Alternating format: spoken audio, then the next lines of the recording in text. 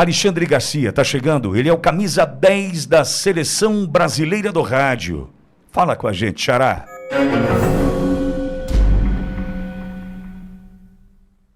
Bom dia.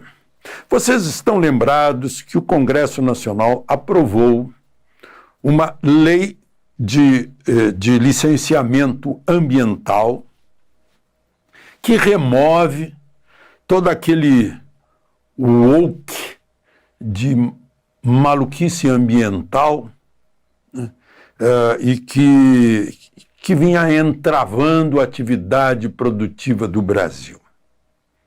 Não, parece uma doença, né? Ferrogrão, por exemplo, parada, porque está num cantinho lá de uma reserva indígena. Tá cheio de coisa maluca aí. Mas aí Lula, né, sendo fiel aos seus ambientalistas, fez um monte de vetos que serão apreciados amanhã, quinta-feira, em reunião conjunta do Congresso Nacional. E está havendo uma mobilização de todo mundo que trabalha, que produz, que dá emprego, que paga imposto, que sustenta esse país, que produz alimentos, né, para derrubar esses vetos que entravam a produção. Entrava em toda parte, não é só na produção agrícola, pecuária, né? Entrava na abertura de ferrovias necessárias, entrava na mineração deste país, entrava, enfim, na tentativa de o país ter riqueza e, com isso, ter uma melhor qualidade de vida. Afinal, em toda a natureza, desculpa, pode parecer algo. O rei da natureza é o gênero humano. O gênero humano tem inteligência, raciocínio, né? Usa a natureza como primeiro dos fatores para produzir riqueza. Quem quer que aprenda rudimentos de economia sabe disso. E os deputados e senadores sabem também. Tem coisas incríveis, né? Eu vejo agora em manifestações sobre essa COP30, falando sobre a necessidade de reverter as condições climáticas. Meu Deus, mas se o Sol não está envolvido, não vão conseguir.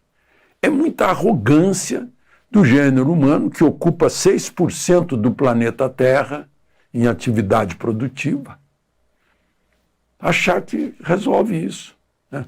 Mais ou menos explosões do Sol esquentam mais ou menos as águas dos oceanos, que são a imensa maioria.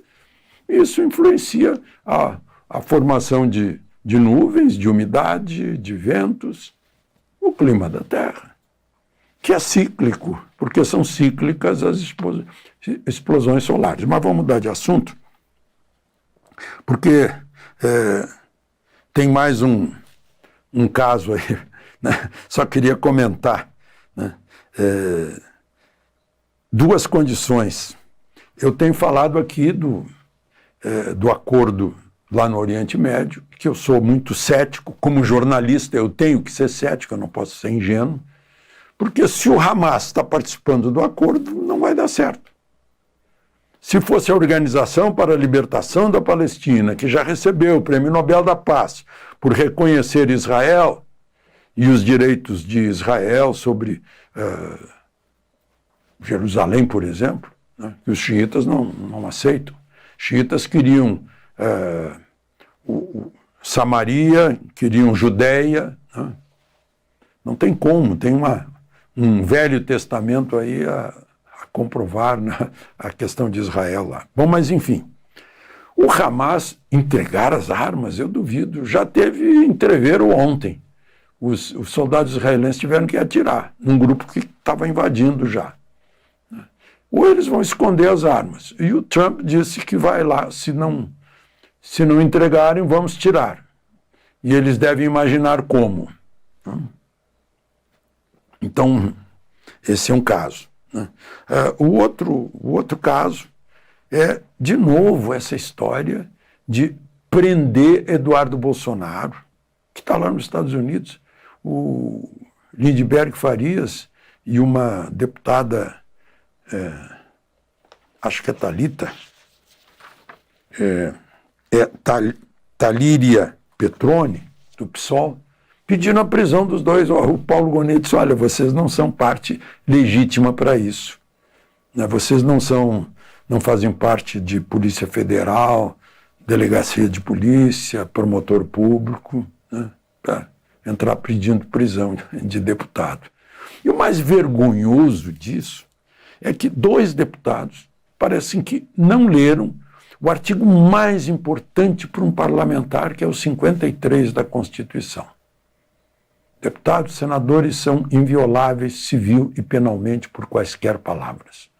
O que Eduardo fez lá na companhia do Paulo Figueiredo seria crime de opinião. Mas a denúncia do Paulo Gonet diz que é crime de coação. Estavam coagindo o governo dos Estados Unidos, maior potência do mundo, a coagir o Supremo para não condenar Bolsonaro. E Bolsonaro estava nesse inquérito. Por isso foi decretada uma prisão preventiva para ele, domiciliar. Só que ele saiu do inquérito, mas a prisão continua. São milagres que só um livro de Franz Kafka, como O Processo, seriam capazes de descrever para as gerações futuras e para as faculdades de Direito. De Brasília, Alexandre Garcia.